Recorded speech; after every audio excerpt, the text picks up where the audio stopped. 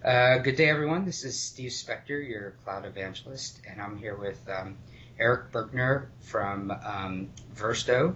And I apologize, Eric, if I said your name wrong, but I'll give you a chance to fix that. Can you go ahead and tell us a little about yourself and where you work? You bet, Steve. So I'm the Vice President of Product Management at Virsto. I've been working in high tech for about 30 years, 25 of that in storage at companies like Sun, Veritas. I actually worked at Dell for a while, Topio, and others. And I've been here at Virsto for 2 years as the VP of Product Management, and I'm primarily managing our roadmap. That's great. Can you tell us a little bit more about Virsto and the history and what you guys do? You bet. So Virsto was born out of a realization that utilizing storage efficiently in virtual computing environments was going to be a very different proposition than in physical environments. You know, the basic problem in virtual computing is this concept called the VM I/O blender.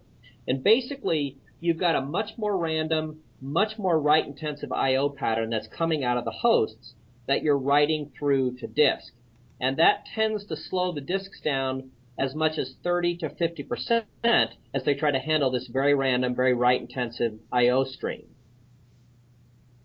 So there's been a lot of talk lately about the software-defined data center and how virtualization will potentially help companies obtain the promises of the software-defined data center, such as improved efficiencies, lower costs, and easier management. And if you think about the main components in the software-defined data center, there's four of them: the CPU, the memory, the networking, and the storage. And historically, virtualization technology has already been brought to bear on the CPU and memory sides with hypervisors like from VMware and Hyper-V. And things are starting to develop rapidly now in the networking arena as well, as indicated by VMware's recent $1.26 billion acquisition of Nicira and some other related M&A activity like Oracle's announcement in July earlier this year of their intent to acquire Xigo. Well, storage is really the fourth and final critical infrastructure component that needs to undergo this transformation to make the software-defined data center a reality. And that's really where Virsto is playing. So our vision, which also is apparently shared by VMware, is that there needs to be a central point of management within the hypervisor for these four components, which means that technology must be software-based and it must also work with heterogeneous hardware. So that's really what drove the development for Virsto of what we call the storage hypervisor. And I know you have this comment on your website that I really liked, and this is something I'd like you to just go a little bit further in. It says, Virsto's storage hypervisor does for storage what the server hypervisor did for servers. I think that's a great line, and can you detail a little bit more for the people listening? You bet. So, you know, the server hypervisor basically did two things. It increased the utilization of existing CPU and memory resources to lower costs, and then it virtualized those resources to enable a much more dynamic and easier to manage computing infrastructure. So Virsto's storage hypervisor basically does those same two things for storage. We allow you to much more fully utilize storage resources, so you need a lot less of them to meet any given performance requirement, which results in a pretty significant cost savings. And we also virtualize those resources to support a more dynamic, much easier to manage virtual storage infrastructure. Now, we don't think that rebranded storage virtualization appliances really meet the definition of a storage hypervisor very well. There's no doubt that they do make virtual storage easier to manage, but they really don't do much to improve the utilization of existing resources to produce higher performance or provide lower storage provisioning times. So let me give you a quick example. If you deploy Virsto, your current storage infrastructure will produce about 10 times the IOPS that it does now. That storage will be thin provisioned for space efficiency, and you'll be able to provision this high-performance storage almost instantly. I mean, what good is it if you can create a new server in 3 seconds, but it takes 20 to 30 minutes to provision the high-performance storage it needs? Now, the alternative approach is, if you want higher storage performance, you need to buy more storage hardware, either more spindles to produce more IOPS, or faster storage like SSD, which can be deployed in caching and tiered kind of storage configurations. So do you see the difference there? Virsto uses software to increase the performance of the storage that you already own. And our competitor's answer to this is if you need more storage performance, you have to buy more or faster storage.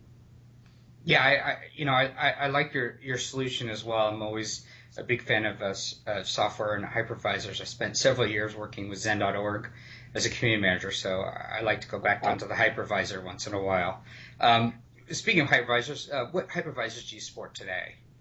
You bet. So today we support both VMware vSphere and Microsoft Hyper-V.